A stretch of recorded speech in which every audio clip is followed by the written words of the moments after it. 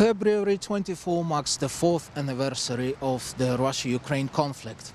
According to the Ukrainian President Volodymyr Zelensky, the US has proposed June as the final deadline for a potential ceasefire agreement.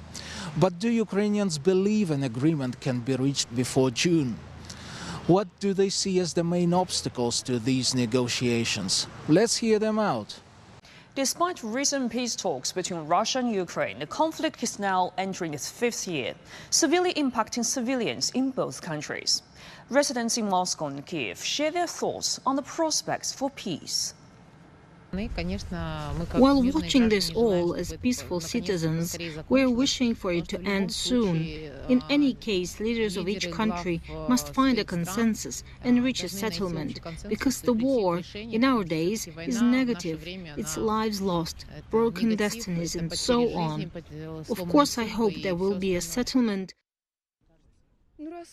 Since it's not the first time that the attempts to negotiate peace are happening in bilateral and trilateral formats, I think that it's bringing some change, and maybe it's a better scenario than having them go over and over again around the same thing, better than hundreds of rounds of bilateral talks. So that at least there's been some change, and we can keep hoping.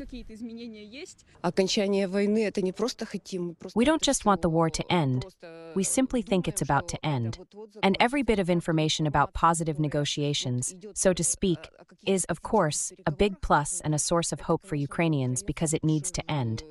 I believe the Ukrainian people are prepared to wait even longer. Because, well, all my acquaintances, all my friends are against giving up territory. That's why I think it's impossible and won't happen.